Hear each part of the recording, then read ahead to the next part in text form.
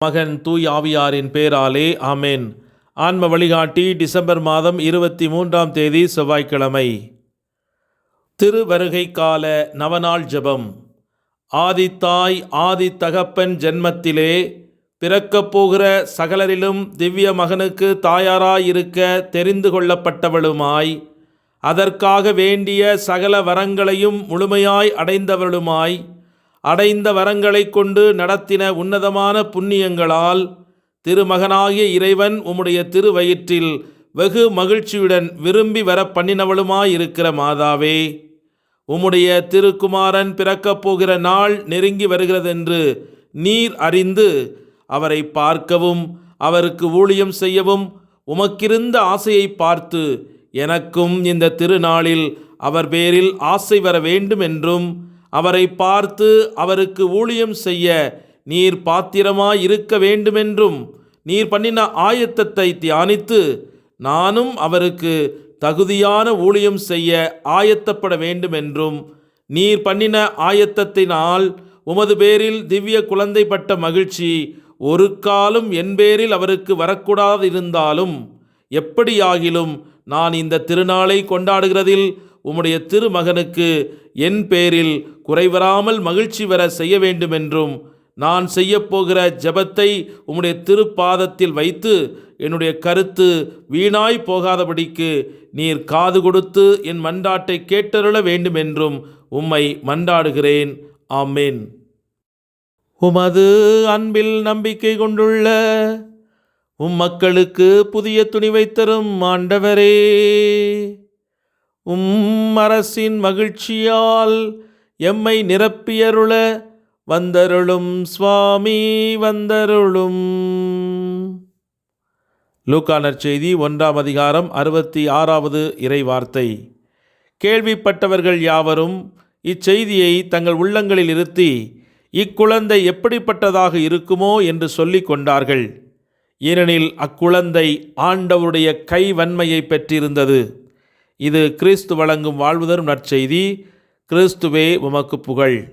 சிந்தனை. உலகில் எப்போது பாவம் நுழைந்ததோ அப்போதே கடவுளின் சிந்தனையில் உதித்தவர்தான் அன்னை கன்னிமரியாள். அடே சாத்தானே, ஒரு பெண்ணை வைத்து பாவத்தை வர வைத்தாயே, நான் இன்னொரு பெண்ணை வைத்து உன்னை அழிக்கப் போகிறேன். அவள் பெறப்போகும் வித்து உன்னையும் பாவத்தையும் ஒழிக்கும். அவள் மகனை வைத்து மனு மக்களை மீட்டு மீண்டும் என்னோடு சேர்த்து கொள்ளப் போகிறேன். எனக்கும் என் மக்களுக்கும் தொடர்பை துண்டிப்பது பாவமே. அந்த பாவத்தை அவளிடமிருந்து நீக்கிவிட்டால் அவர்கள் என்னோடு வந்து விடுவார்கள். அவர்களை மீட்க மீட்பரை பெற நான் கருவியாக பயன்படுத்தப் போகும் பெண் என் மகள் அன்னை கன்னிமரியாள்.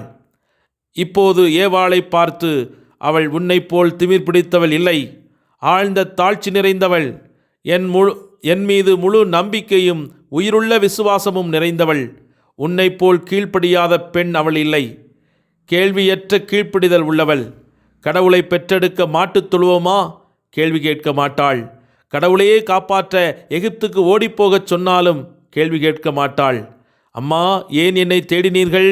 கடவுளின் இல்லத்தில் நான் இருக்க வேண்டும் என்று உங்களுக்கு தெரியாதா என்று 3 நாட்கள் தவிக்க விட்ட ஆண்டவர் கேட்டாலும் பொறுமையோடு கேட்பார். யார் என் தாய், யார் என் சகோதரர்கள் என்று அவர் மகன் கேட்டாலும் பதில் பேச மாட்டாள். அம்மா, என் நேரம் இன்னும் வரவில்லை என்று ஆண்டவர் சொன்னாலும், மகனே உன் நேரம் வந்துவிட்டது என்று பணிவோடும் என் மகன் சொல்வதை செய்யுங்கள் என்று அந்த நேரத்திலும் அவள் நற்செய்தியை அறிவிப்பாள். என் மகனுடைய துன்ப நேரத்தில் அவனுடைய சீடர்கள் எல்லோரும் தனியே தவிக்கவிட்டு ஓடினாலும் தனியே அவனோடு நின்று துணை நிற்பாள். மகனின் துன்பக் களம் தனக்கு எல்லையில்லாத வியாகுலத்தை கொடுத்தாலும் சிலுவை பாதையில் அவனுக்கு எதிரே சென்று ஆறுதல் மொழி சொல்லி கடவுளின் திட்டம் நிறைவேற அவளை ஊக்கப்படுத்துவார். அவளை இந்த உலகத்திற்கே தாயாக்கினாலும் பரலோக பூலோக அரசியாக நான் முடிசூட்டினாலும் அப்போதும் தாழ்ச்சியோடு தன் மக்களை தேடி அவர்களை மீட்க, நரகத்திலிருந்து காப்பாற்ற என்ன வழி என்று தேடிக்கொண்டிருப்பாள். என்னிடம் வந்து ஜெபமாலை முத்தரியம் போன்ற சலுகைகளை பெற்று எப்படியாவது அவர்களை காப்பாற்றிவிட வேண்டும் என்று முயற்சி செய்வாள்.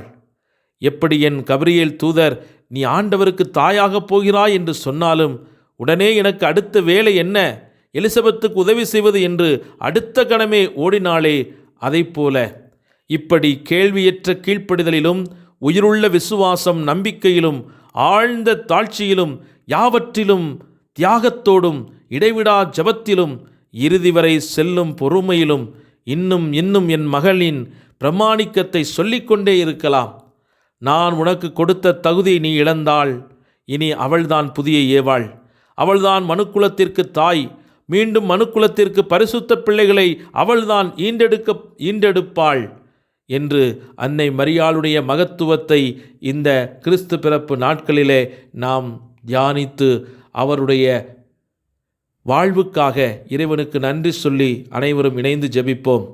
என்னை எந்நாளும் உமது அன்பினால் நிறைத்து பாதுகாத்து வரும் அன்பு தெய்வமே, என் இறைவா, நன்றி நிறைந்த உள்ளத்தோடு உம்மை போற்றி துதித்து ஆராதித்து மகிழ்கிறோம்.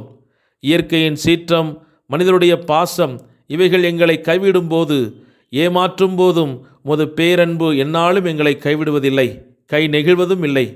நேற்றும் இன்றும் என்றும் மாறாத உம் அன்பிற்காய் உமக்கு கோடி ஸ்தோத்திரம் ஐயா. எத்தனை வகையான போராட்டங்கள் எங்கள் வாழ்க்கையை புரட்டி போட்டாலும், புயல்கள் எங்களை தாக்கினாலும், எங்களுடைய குடும்பங்கள் ஒன்றுமில்லாமல் செய்வதற்காக சாத்தானுடைய சோதனைகள் மீண்டும் மீண்டும் எங்கள் மீது வீசச் செய்தாலும், உமது உடனிருப்பு, உமது பிரசன்னம் என்னை எங்களாலும் எந்நாளும் தற்காத்து கொள்ளும் என்பதை நாங்கள் அறிக்கையிடுகிறோம்.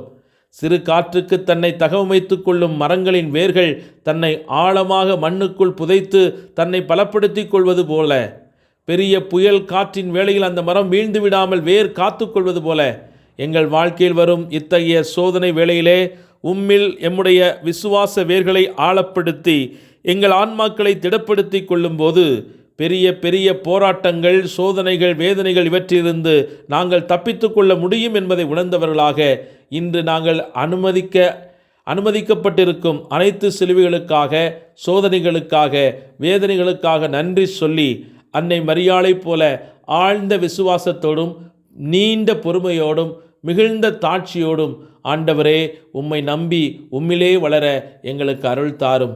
அன்னை மரியே, இறைவனின் தாயே, விண்ணக மன்னக அரசியே, எங்கள் குடும்பங்களில் இருக்கிற யாவருக்கும் உமது தாழ்ச்சியை கற்றுத்தாரும். எங்கள் குடும்பங்களில் இருக்கிற யாவரையும் சூழ்ந்து நின்று பாதுகாத்தருளும்.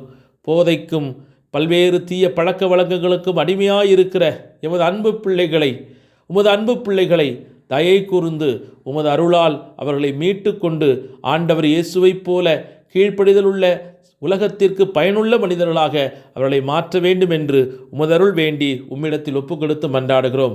எல்லாமல்ல இறைவன், தந்தை, மகன், தூய ஆவியானவர் உங்கள் அனைவரையும் நிறைவாக ஆசீர்வதித்து புனிதப்படுத்தி வழிநடத்துவாராக. ஆமேன். இயேசுவுக்கே புகழ், இயேசுவுக்கே நன்றி. மரியே வாழ்க. இயேசுவின் இரத்தம் ஜெயம், இயேசுவின் இரத்தமே ஜெயம். மாரநாத்தா, ஆண்டவரே விரைந்து வாரும்.